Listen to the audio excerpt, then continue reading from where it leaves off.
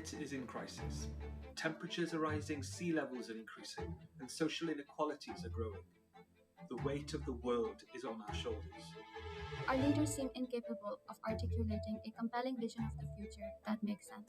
But the future belongs to us. To the young, to the bold, to the dreamers. The decisions we make now will shape our world for generations to come. Young people have the power to shape our own destinies and the world we live in. But to do this, we need to look beyond the present and imagine the possibilities of tomorrow. Currently, we treat the present like a present, and the future like a garbage bin. That's why we've created the hashtag Our Future Pledge campaign. Our Future Pledge is a campaign by young people for young people to promote greater access to foresight. Youth Foresight expands our ability to anticipate and plan for an uncertain future. To think creatively and critically to create the futures that we want. Even in times of crisis and fear. We're speaking up about our hopes for the future, about the kind of world we want to live. A world that is sustainable, equitable, and just. A future created by us. So join us. Speak up, share your hopes, be part of the hashtag Our Future Pledge. Be part of the Our Future Pledge campaign. Be part of the hashtag Our Future Pledge. Good morning. Today is a day to celebrate, so let's celebrate. In the film, you've seen some of our Youth Foresight Fellows, and what resonated with me as I've been listening to the video and talking to the Youth Foresight Fellows is how they have been involved in creating, collaborating, and curating. I think of 3 C's when I think about the work that they've been doing in coming up with this, our Future Pledge. And so I really want to thank the Youth Foresight Fellows for all of the investments that have gone into this. So an applaud to all of them, please. This morning I also want to thank the Dubai Future Foundation and all of you who have joined us here to celebrate this important moment with us. I represent the UNICEF Innocenti office, the Office of Global Research and Foresight, and our vision is to really empower everyone, children, young people, decision makers, companies, anyone who's thinking about being better informed in terms of being equipped to deal with the future. This is where we want you to be with us in terms of engaging young people in that process. This journey started fairly recently. We're quite young in doing foresight and futures work at UNICEF. Last year, when we were producing the Global Outlook, which is a product that we prepare every year from now on in time for our executive directors' engagement at the World Economic Forum. And our cohort of Youth Foresight Fellows last year, again, created, collaborated, and curated their own online workshop to provide their own version of the Outlook for 2023. We're just about to finalize the one for 2024, but it was a really important journey that helped us develop what we have before us today.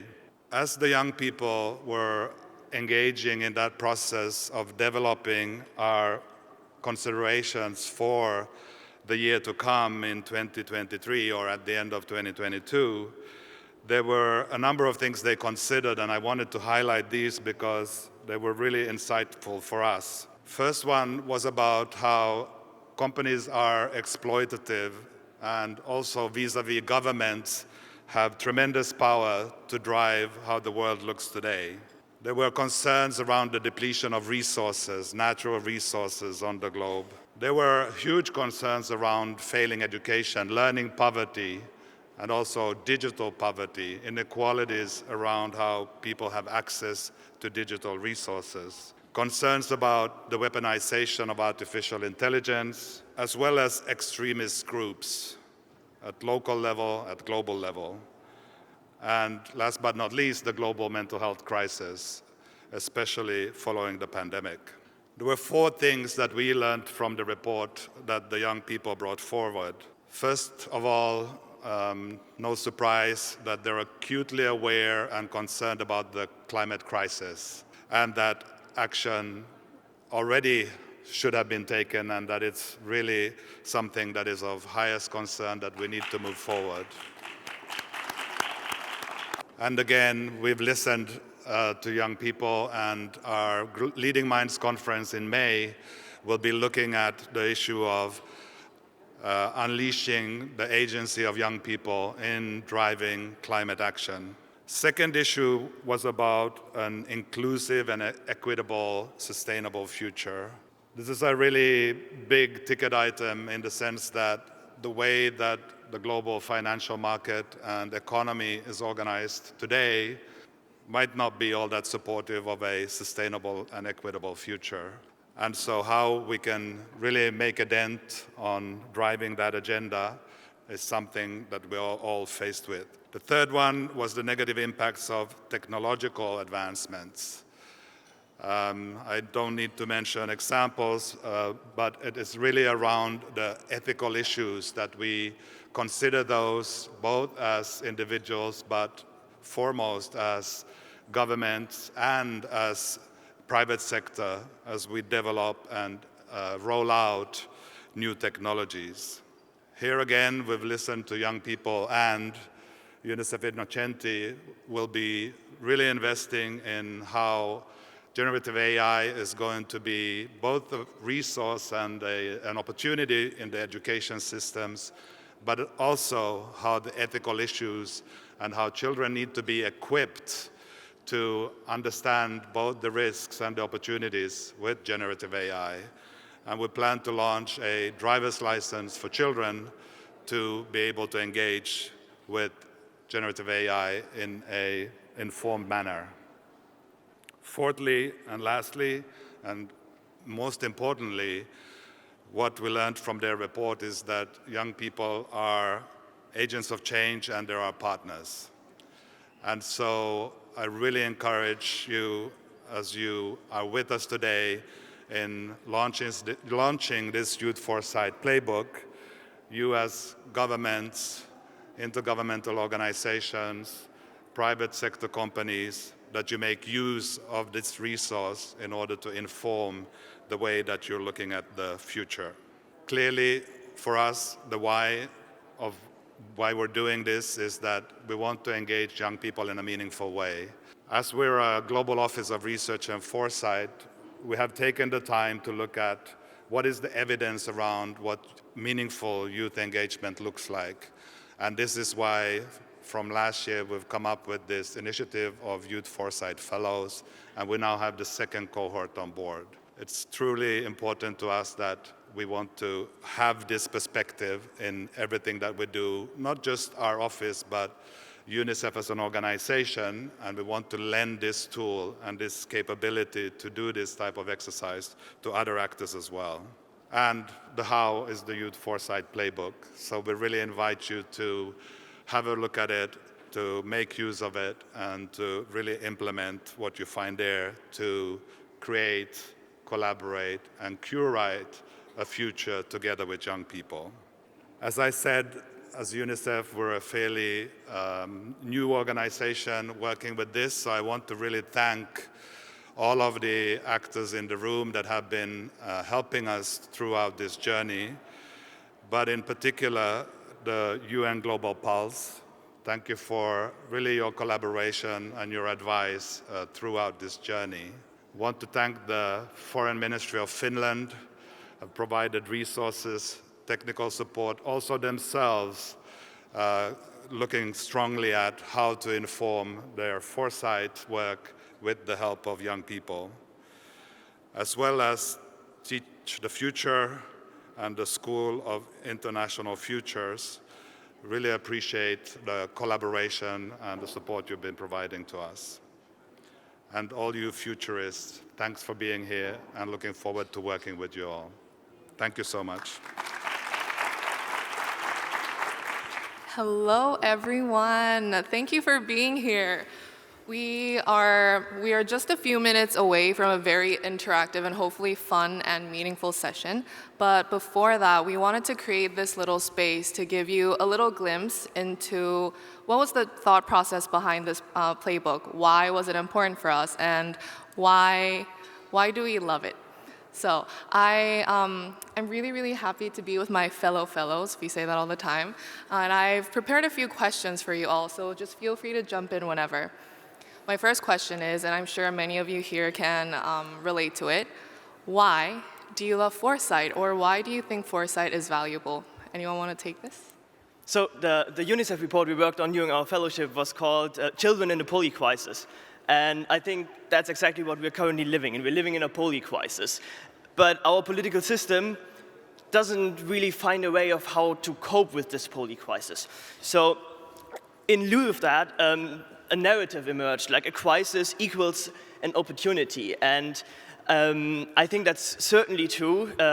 Like COVID is an opportunity to change the healthcare system, climate crisis is an opportunity to change the energy system, and so on. And I think that's certainly true. Crisis can serve like as catalysts of change, but we should also focus on how to prevent the crisis in the first place. A crisis is not only an opportunity for change, it's also a reminder of failure. And I think that foresight is really, really great at that, because at the moment it's like we are creating two fires while putting out one instead of going to the root cause. And I think foresight really has the potential to look ahead, to anticipate future crises, to prevent future crises. And that's why I'm so excited about foresight, and especially about youth foresight. Thank you, Josh. I wonder if another fellow wants to respond. I would love to jump in, and I think that was brilliant, everything that you shared, Josh, and I completely agree with all of that.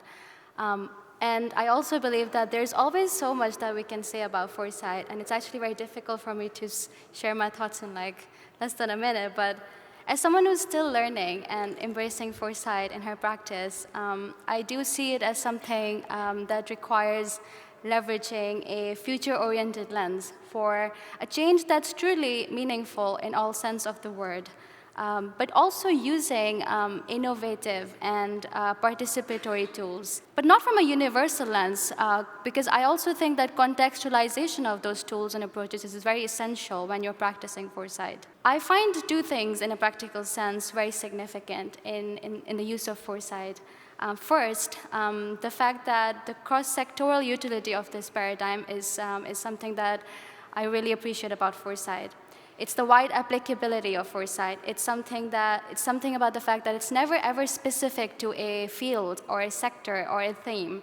I've seen it having a tremendous impact in the field of health, in the field of education, in the field of public transport, or even infrastructure. But second, also, the second point that I want to make is that it's about the collective intelligence component of it. I see that the idea that no stakeholder ever must be left behind in our process of foresight. Everybody should be taken along. Every voice matters. And one of the important stakeholders is, of course, the youth as well. And that's exactly why we're here today. Thank you, Azra.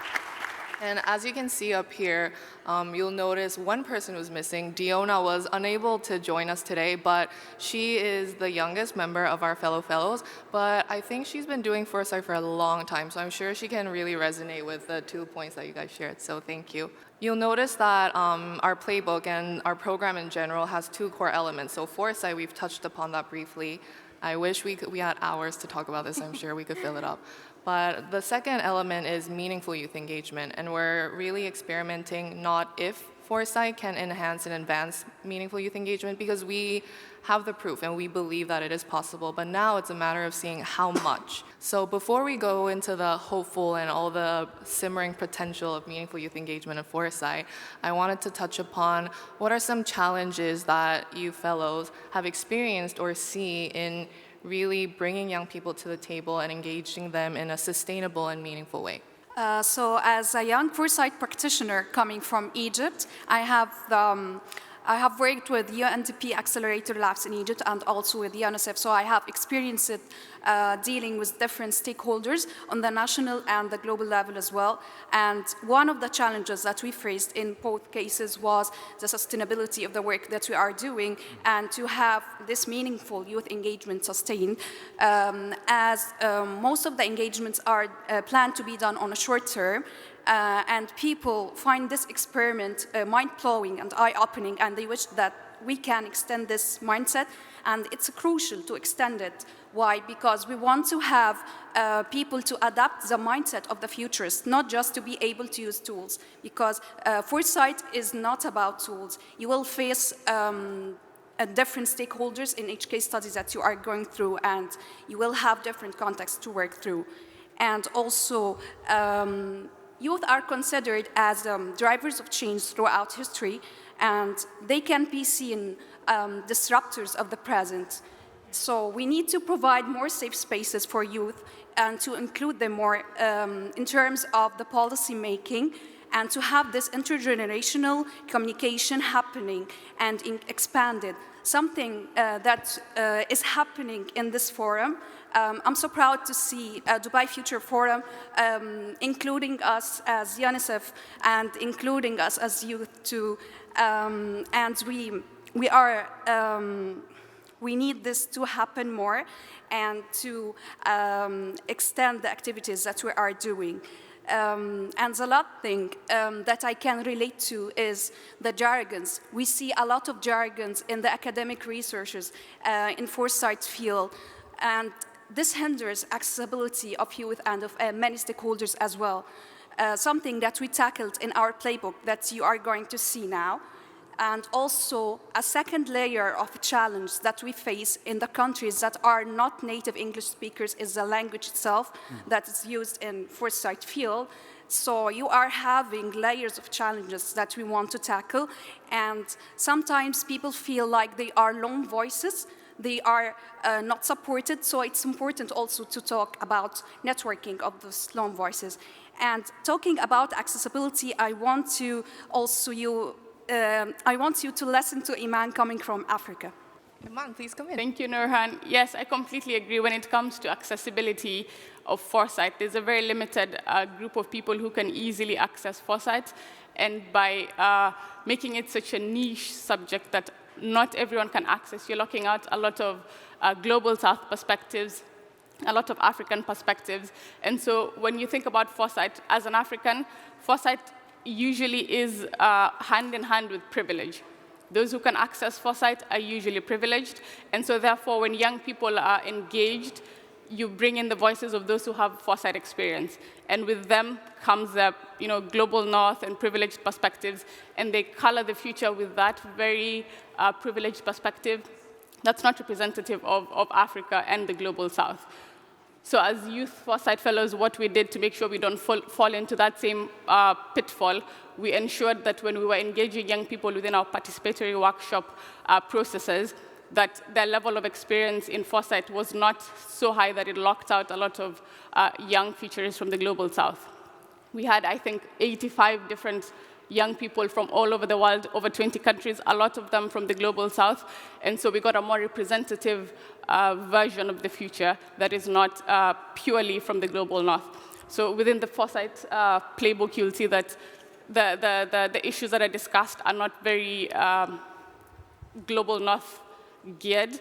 Things like climate change, which we know a lot of young Africans are experiencing disproportionately compared to the rest of the world because, again, their voices are not usually heard in decision-making processes, and the world that they live in and the realities they live in is not usually representative at a global level. So I think just bringing in that perspective, and it's not just the African youth that experiences this challenge. I'm sure the Latin American young people do experience the same challenge. If Rick wants to jump in.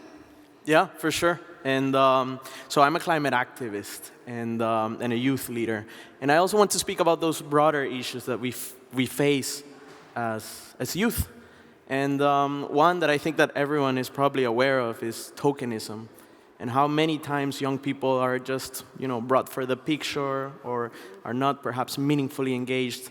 And it's something that we want to change. It's something that we really want to participate, and we want to get our hands dirty in development, in transforming our world. And that brings me to the second issue, is that a lot of older people think that youth are only beneficiaries. But no, we want to be co-implementers. We want to be leaders of organizations. We want to be leaders of companies. And we want to put our own ideas and our own commitments into our own hands. We know that we are not the ones causing the climate crisis, but I think that it's not the time anymore to point fingers. I think that we all have to be in charge of it. And finally, one other issue is that in these forums, I know that a lot of people sit back and they say, oh, I'm already supporting youth. I already have that, that assistant there that's probably a little bit younger than you. But no, what I want you to tell you is that it's not about how youth can serve you, but how you can serve the youth. So how can we help the young people in their own goals, in their own dreams, and what really they are passionate about? And that's where I want to quickly bring it back to Youth Foresight, because Youth Foresight allows us to envision, to imagine those futures. It allows us to understand what we want and how we can get there. So back to you, Ijun. Thank you all. I love that despite the challenges that you've very aptly pointed out, you have that forward-looking perspective. And I think that's really important. And from my experience, very briefly reflecting on my experience, I've had the privilege to work with many different people throughout this program. And regardless of the fact that we're from different generations or different age groups, it truly felt seamless. And I think that really comes from the mindset, the readiness to be at the same table, meet young people where they are. And that really does transform the experience, my personal experience, but I think how we're able to impact the broader younger generations. So, speaking of impacting other generations, and of course everyone here today as well, since we're here to discuss the Youth Foresight Playbook and officially launch it with you all and share it with you all, I want to invite some of our fellows to speak on this Youth Foresight Playbook. Why do you think it's valuable, and how do you think it could be useful for everyone in this room and beyond? Yeah, thanks, Ijun. I think the saying goes that the future belongs to us all. However, sometimes we don't take the moment to pause and ask, who are the all? Who are the people that are involved in all? Does this mean the affluent people that have power, more or less older generation, or does this include the young people? The means of engaging them, is it meaningful or is it tokenistic, similar to what Ricardo had mentioned? Are we really, as young people, really involved in end-to-end conversations? These are really important questions that we need to ask. And maybe the question that is going through your mind right now is, how do we go about this? And that's why we have the Youth Foresight Playbook. We have been able to model this hand in hand with the youth engagement team at UNICEF Innocenti by working, 9 of us working with the team to really co-design this playbook. So in the playbook, you can see everything from ethics to safeguarding to principles of really engaging young people meaningfully. We have 10 principles that you are going to be seeing in the playbook, everything from compensation to respect, and how you can even, have your own youth foresight project, should you be willing to start one. And every question you need to ask, we have a worksheet within the playbook that you can definitely refer to. And I guess the whole beautiful thing about this is, even in the Youth Foresight Playbook, you can find 9 of our voices. We are missing the owner right now. Sprinkled all around the playbook, which shows that you can engage young people in a meaningful way. And we have our experiences, we have our own expertise, and we brought that into the Youth Foresight Playbook. So looking forward to see how you engage young people using the playbook. Thanks, Vasaya. One of the questions many of us have asked each other over the last couple of days is, how did you get to do what you do, and why do you do what you do? And my why sits in a tragic story in South Wales, in the mining community of Aberfan. In 1966, the coal mining disaster that killed over 116 children.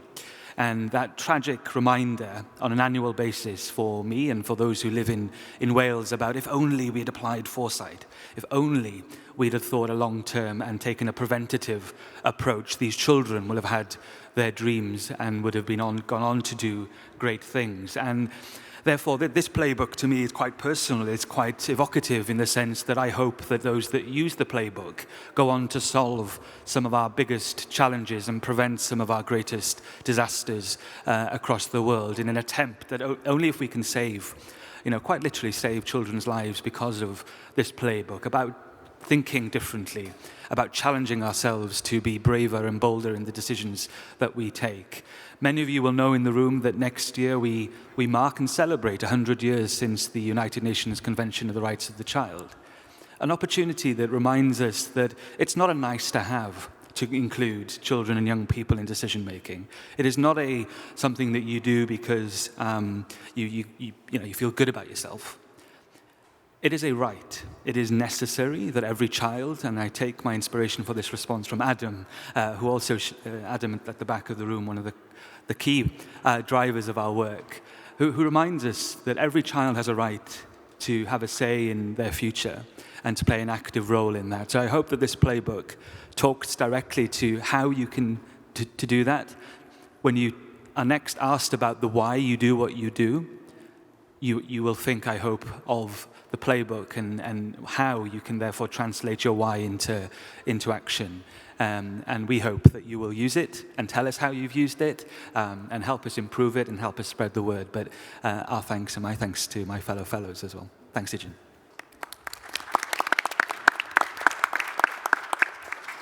Aren't they all so eloquent? I mean, I'm sometimes blown away by how intelligent but also sincere my fellow fellows are, and I think they bring in a wealth of experience and knowledge to this program. But I think it's also really important to recognize that we were able, and we had allies who created this enabling environment. The Youth Engagement and Strategy team, we call ourselves the YES team. We have the broader UNICEF Innocenti and UNICEF that's supporting us. And I just want to say that this is a prime example of what we have the potential to do when we bring young people to the table with the readiness, the willingness, the resources, and the strategic mindset to really take this forward. So thank you to our fellow fellows for this wonderful conversation, and I hope that our following section in each of our tables will demystify and provide some more clarity on how you can contribute to meaningful youth engagement. Thank you. Thank you. It's so amazing to see you all on stage like this. I feel like a proud father or something. It's still annoying when these young fellows, they take your lines. Thanks, Jack Ellis, for that last speech. I appreciate it. I'll just delete that from my speech. Okay, so I'm Adam Sharp. I'm a Youth Foresight Specialist at UNICEF Innocenti, and I'm just so proud to be here today.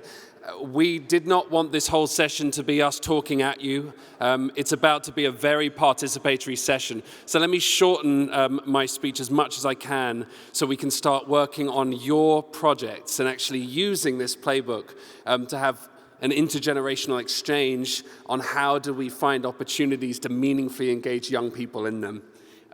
Just briefly, I want to share, this is our new Youth Foresight framework. It's yet to be published. It's developed in partnership with senior fellows and renowned futurists like Eva Kwamu and John Sweeney, who we're so proud to work with. And we're not going to talk about this too much, this for another day, but it's basically what we're trying to do here is create a step-by-step framework that any organization can follow when they're trying to do youth foresight really well, whether it be scoping a research project in what now, or building their futures literacy by asking, what do we see, to asking what's next and doing emerging issues analysis in a youth-centered way, to so what? So what? Why did we do this? That's about the uptake of these insights into research and strategy. And you'll see the principles for meaningful youth engagement, which you're going to work with today, they're cross-cutting. So it's important that we think about how to meaningfully engage young people at every step of this work. But today is all about step one. is what now? It's about how do we, at the beginning of a project, engage young people and have them scope the research inquiry with us. Otherwise, we can often be working on issues that maybe they don't find so important, or maybe are not framed or spoken in the right way. So this is what we're going to focus on today. Our theory here is that when you engage young people in a meaningful way, they end up reaching their fullest potential. And these fellows who you just saw on stage are a prime example of that. Like, in only 6 months, not only did they design and facilitate their own Youth Foresight workshop with our Global Youth Network and UNICEF staff and partners, which was just a brilliant workshop, but they also contributed to this Prospects for Children in the Polycrisis and published their own Our Future Pledge campaign and report, which includes scenarios and a jargon-free foresight guide, and also calls to action for key stakeholders. I implore you, this is all available online, free for you to download and to read. But our point here is, they then launched this incredible social media campaign. This would not have happened if we had told them what we wanted them to do. That means developing these things iteratively, not coming in knowing this is what we're doing, and you do this and you do this, but saying, let's co-design this together. And the point here is when you do this, they end up totally exceeding your expectations. So it's in our interest to do this well. I'm very proud to say that just this morning, the Youth Foresight Playbook is launched. It's online. Use the QR code, you can download it. This playbook is built on the wisdom that we gained through working with these young people for 6 months, but also it was through a human-centered design approach. We spoke to 30 foresight practitioners, UN, academia, various sectors to find out what do you need, what would be helpful, like how do we meet people where we're at with this work. And to cut a long story short, what they told us was, UNICEF, don't tell us how to do foresight well. We don't need you for that. But tell us how to engage young people well and make it practical, make it case study based. Give us tools we can use so we can actually design things now. And this is what we've really tried our best to do. I know it's a big report, it's about 50-something pages, but a lot of those are worksheets. I'll show you what's in it. It includes an introduction to youth foresight. It includes our youth foresight journey in 7 steps, the critical insights we learned from these young people, okay? And a collection of resources and opportunities where we link you to the brilliant organizations like School of International Futures and Teach the Future and UNESCO, because we are really standing on the shoulders of giants. We're still learning and we just want to be a great partner. So you're not going to learn everything from us. You're going to learn from this ecosystem that is emerging around youth foresight. And lastly, those 12 worksheets that offer you like tools you can use, and you're going to be using one of them today. So these are the principles of meaningful youth engagement that we'd love you to get your head around today. And we developed these, really, they were based originally on UNICEF's evidence for effective and ethical participation of adolescents, and then also shaped by our own experience of youth engagement at the YES team. But this is what they mean to us and to the young people that we work with. First of all is respect. Okay, we want young people to be treated with their respect and their opinions and experiences and contributions to be valued, okay, in a space. Young people can feel when that respect is not there, and it hinders their participation. Second, participation. They're given opportunities to participate as equal partners, okay? Again, that's scoping the research project, really being part of the design. They're partners, not just beneficiaries. Thirdly, ownership. They have the opportunity to take ownership of the issues that affect them, that impact them, not just that we're working on in UNICEF, but in their personal lives as well. The importance of intergenerational partnerships is so crucial, and that's why today's session should not be young people telling the older generation what to do. I think the fact that you're all here, and this is already such an intergenerational group, is a credit to you. You could have gone to see Sahel in Iatullah, and you chose to be here with us to talk about youth foresight, so you're already clearly committed to figuring out how to do this well, so give yourselves a round of applause for being here. Intergenerational partnership and collaboration matters to young people because it's not often available to them, okay? So those intergenerational relationships can have a real impact on a young person's life. Experimentation, this is crucial. Don't expect young people to come into the space, solve all your problems, and tell you what the future's gonna be. This is about working through trial and error. It's about experimentation. Eva Kwamu really pushed us on this when we worked with her on this. It's really important to create that environment for experimentation, so they're not pressured to produce results. Okay, otherwise the innovation drops. You lose the innovation, you lose the creativity. Transparency, keep them informed about the decision-making processes and the outcomes of their engagement. Ricardo talked about tokenism earlier. Nothing worse than working hard on a project and then never hearing from you again. And often it happens because we lack the resources. You know, it's often not intentional, you know. But really important that you remain transparent. Accountability, give them the opportunity to hold decision makers to account. Give them those platforms. Give them that safe space to speak truth to power. Flexibility, they take part in these, like I said earlier, these iterative, flexible, adaptive processes so they co-create with you. Skill building, ensure that they get opportunities to build skills, to develop, so that they can survive and thrive in a rapidly changing world. Like Jack said earlier, it's their right to develop the skills that they need. And then finally, compensation, that they're paid or at least given recognition for their contributions, okay? For some young people, a certificate will do, but if you have the resources to compensate young people for their time and their effort, it really can ensure that you get a diverse group of young people together, because some young people just cannot afford to devote the kind of time and resources into a project that you need. So if possible, give them that recognition, give them that step up. Okay, so, our session today is all about gaining deeper insights into how meaningful youth engagement can be effectively applied in Foresight projects, okay? It's about benefiting from a rich intergenerational exchange of ideas and experiences. That's what we're about to do. And we want you all to leave the workshop with practical and innovative strategies to incorporate youth into your projects. Does that sound good? Okay. Okay, so step one in this process, we want you to nominate your project. Now, we were going to do this using Mentimeter, but I chickened out. I got really scared of the technical work, and I thought, you know what, it's best if we just do it analog, okay? I'm going to ask you, if you have a project that you have right now or that you want to do in the future, I'm going to come to you, I will. If you have a project or you have a project that you want to do, I'm going to ask you to stand up, and I know this is not very democratic. The first 8 people that I go with, I'm going to ask you to come to the front, and we're going to work on your 8 projects, okay? And then each of those, so after you've been selected, you're going to come up and then share in 15 seconds or so, just tell us about your project. Who are you? What's your project? Where is the project based? And why should people come and work with you for the next 30 minutes? Then participants will vote with their feet. So if our fellows, if you could stand up and go to one of the 8 tables. Thank you. So you will have a chance to choose which project you get to work on. Maybe it's because it's in your location, or maybe it's because the subject matter resonated with you. But you will have a co-facilitator, one of our fellows that you get to work with, and you get to sit around and talk for 30 minutes.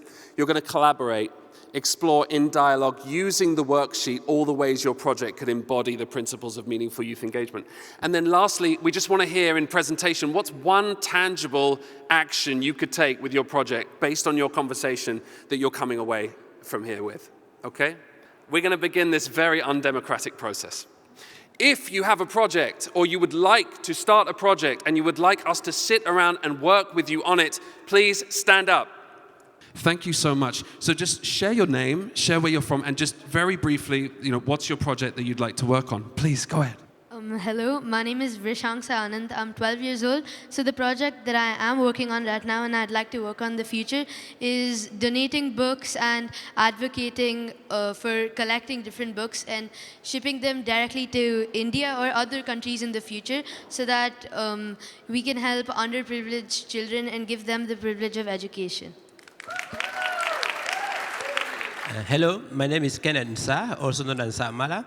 I'm from Cameroon, and my project is to work with young people who are creative writers and give them the access to foresight and future tools so that we can craft alternative narratives of climate change in the Congo Basin. For context, the Congo Basin is the second largest tropical rainforest in the world after the Amazon, but is often not talked about as much as the Amazon is done. So we think that it's crucial. And Africa is not just a continent of vulnerability, but also a continent of a lot of potential in its youth, but also even in nature-based solutions.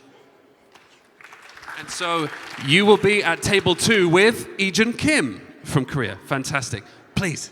Kia ora, I'm Amanda Ellis from New Zealand. I was our ambassador to United Nations when we negotiated the Sustainable Development Goals, and now on the board of UNICEF Aotearoa, New Zealand, with Carmen in the red dress. And I have a global project that I would love to have UNICEF part of, which is becoming the first plastic-free campus in the United States. The philanthropist I work with, Julie Wrigley, has an endowment at Arizona State University, the largest public university in the US and #1 for innovation. So our aim is to begin this project here, and then we will make it freely available to all university campuses globally. Hello, I'm James. I'm from Sydney. I'm an NGFP fellow here. My project focuses on how to achieve better extreme heat governance in our global cities, and that's what I'm focusing on for my NGFP fellowship. But I guess in the context of the Youth Foresight Playbook, we could focus on how global youth could better contribute to extreme heat governance in global cities. So if you're interested in thinking about overcoming institutional inertia and governance pathologies that prevent good action on extreme heat management, please feel free to come and join me. Thank you. Hi everyone, my name is Thais, I'm from Brazil, and I have an organization called Feminist Futures, and next year I'll be running foresight exercises and helping adolescent girls to create fiction stories that are happening in their desirable futures. Yeah, that's it. Amazing. So Thais is with Fisayo Oyewale at table 5. Okay. Hello everyone, and I just think that I will just not do the project and go to table 1. No, but we have chocolate, so you should come. But the question we are trying to ask you and the group is how to be good ancestors, and how are we being good ancestors? We had a project and an article that we wrote, so we engaged with the literature, and now we are going to start the project to know about how can we engage youth movements in a meaningful way from the Africa and Latin America, either youth or diaspora. I'm Rosa Alegria. I'm from Brazil. I work for the movement Teach the Future that promotes future literacy among the world. And I am a learner from kids. I'm teaching kids in Brazil now, and it is a very new project. My project is to help children to re-enchant their imaginary that is really, really full of colonized negative images from us. So I believe in the intergenerational connections. We are an ageless world, so we have to learn from them. So this is my project, okay? Thank you. And you'll be on table 7 with Iman Bashir. And our final project, go ahead please. Who are you and what's your project? Hi, I'm Parikshit. I'm from India, but based here now. So my project is based on a STEM, circular economy, foresight, and entrepreneurship toolkit. We just talk stuff, but we need to execute and ensure that it stays on for generations. Because today we are here because of legacy businesses. So it's time to create a legacy through actionable steps. So coming from a business family, we know execution is key. If we don't get this going today, it's going to be hard for us to make a better future. Thank you so much. And you'll be on table 8 with Ricardo Pineda. What I'd like you to do, you have half an hour together in your groups. This is based on worksheet 1. You can access that worksheet on using a QR. But really, you have 30 minutes. All you need is an open mind, okay? Use markers, flip chart paper, sticky notes to really understand and discuss these different principles and how can we apply it. Let's try and ensure each table has at least a couple of people. Enjoy your time together, and we'll see you back here in 30 minutes. Thank you so, so much.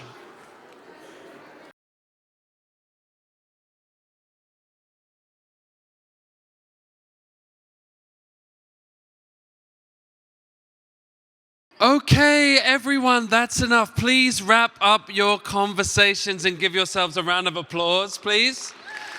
Okay, so now we want to listen just very quickly because we don't have a lot of time, but I just want to hear from each project lead, what is one takeaway What's one thing you're bringing away from this conversation? Is there one action you can take to make your project more meaningful in its engagement of young people? We just want to hear 15 seconds from each project lead, and let's really listen. First of all, can we just have a round of applause for all of our project leads for nominating their projects? And a huge round of applause to our fellows as well for supporting in the facilitation. Okay, I'd like to start. Who would like to start? Which project lead? We had an amazing group, and we looked at 4 of the principles: accountability, ownership, experimentation, and skill building. And then with the collective wisdom of the group, we have come up with a plan to engage the students fully across campus, not just the students who will be part of this particular project. So awesome work. Thank you, my team. You were amazing. Wow. You achieved so much more than we expected you would. A full plan. Take a photo of this. Okay, please, James. Thank you very much. It was a pleasure to work with this group on a topic that can be quite intangible, being extreme heat governance.